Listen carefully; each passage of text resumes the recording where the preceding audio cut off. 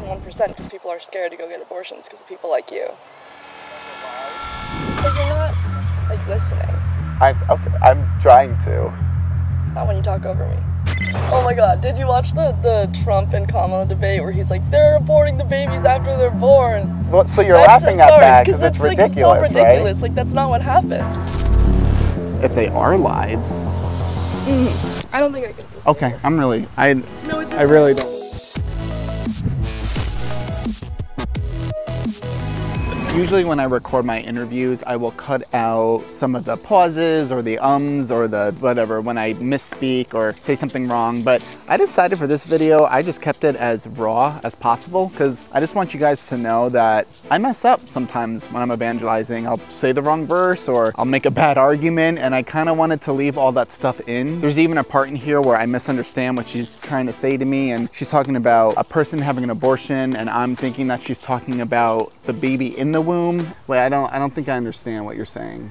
What's confusing? I just left it in there to let you guys know that it doesn't always go perfectly. So I just want to encourage you guys to still go out there and do it, because you might be afraid and think, oh my gosh, I'm gonna mess up. You probably will mess up, and it's totally okay. God wants us to be faithful, to share his gospel, to make disciples.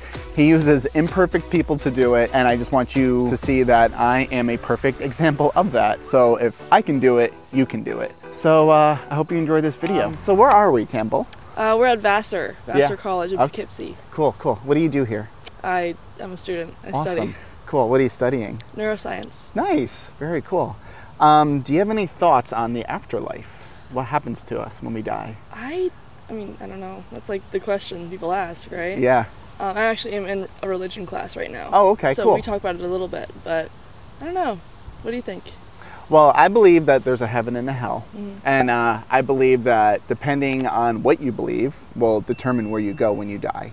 Let's say there is a heaven and a hell. Where do you think you would go? Me? Yeah. Probably hell. Really? Yeah. Okay. I mean, if it's like really selective, I mean, I go to church. Yeah.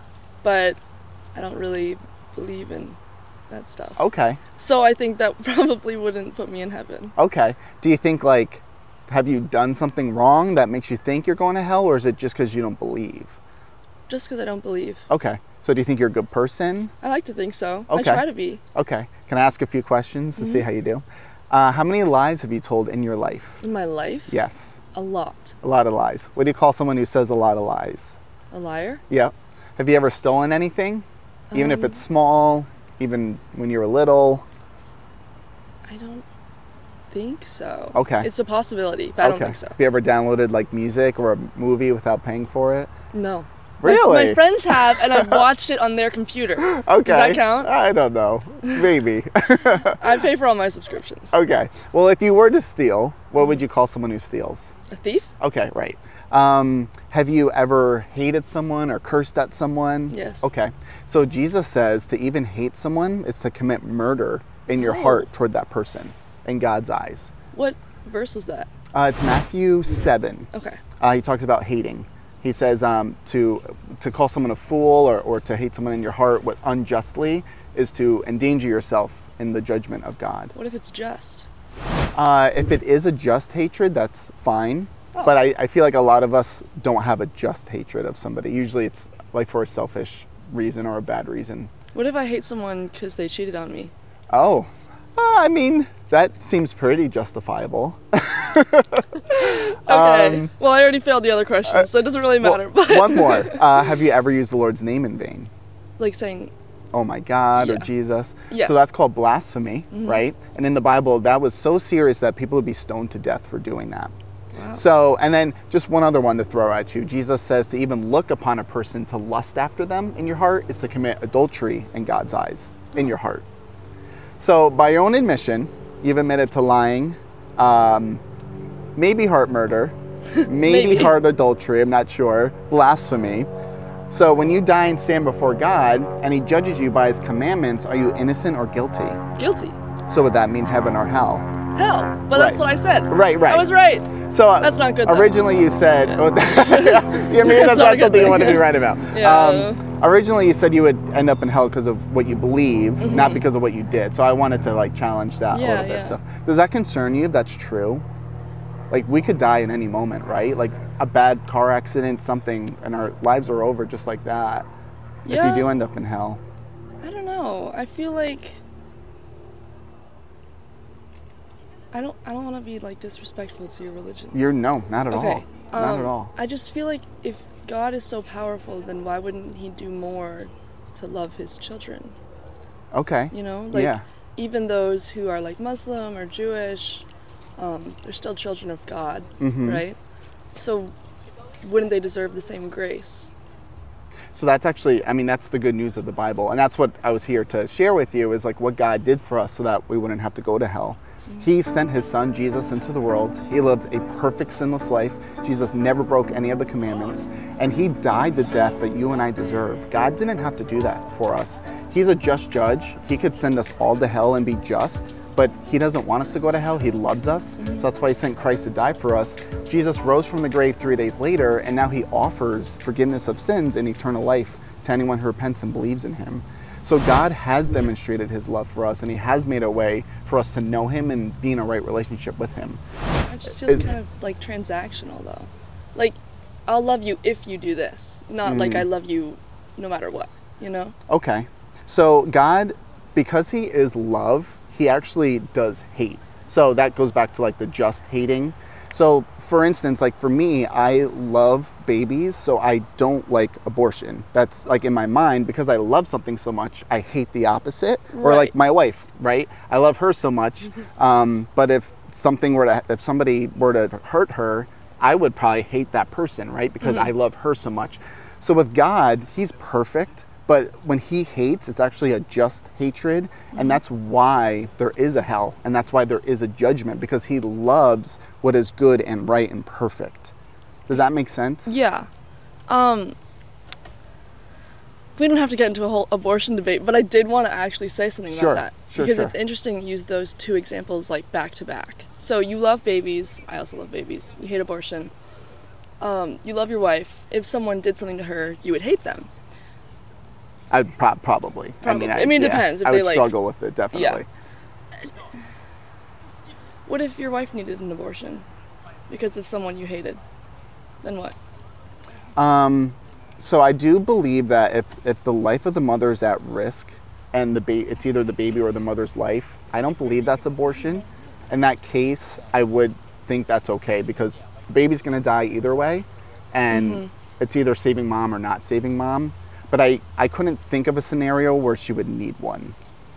Does that make sense? Like right now, we're married, we're starting a family. Hoping for kids. It would, like, I know people who've had abortions. That breaks my heart, you know, and I don't know if that answers your question. Like, I'm not going to hate them. Like, that still breaks my heart, but I still think it's wrong.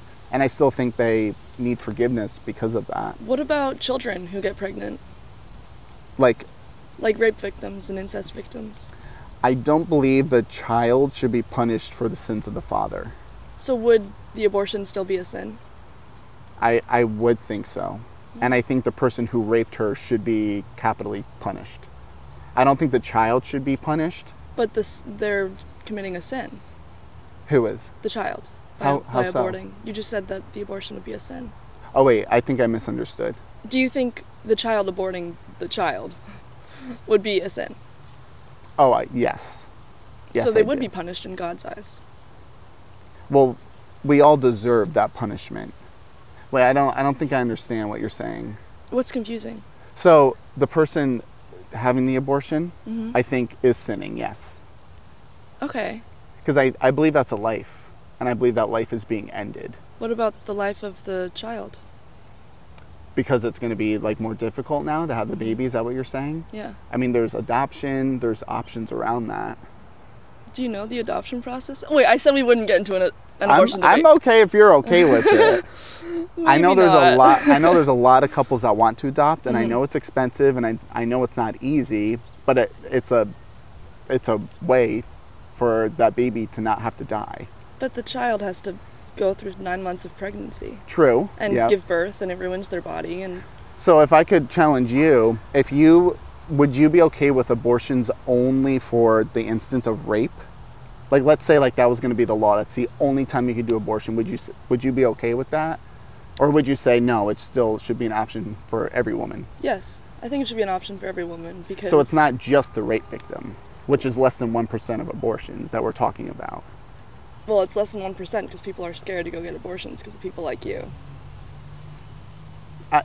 Less than 1% of abortions are from rape victims. So that means the majority of abortions are out of convenience because someone doesn't want to... That's definitely a fallacy. I'm forgetting the word for it, but it doesn't necessarily mean it's out of convenience. Like you said earlier, if it's not rape, there's more than 2 other options, more than one.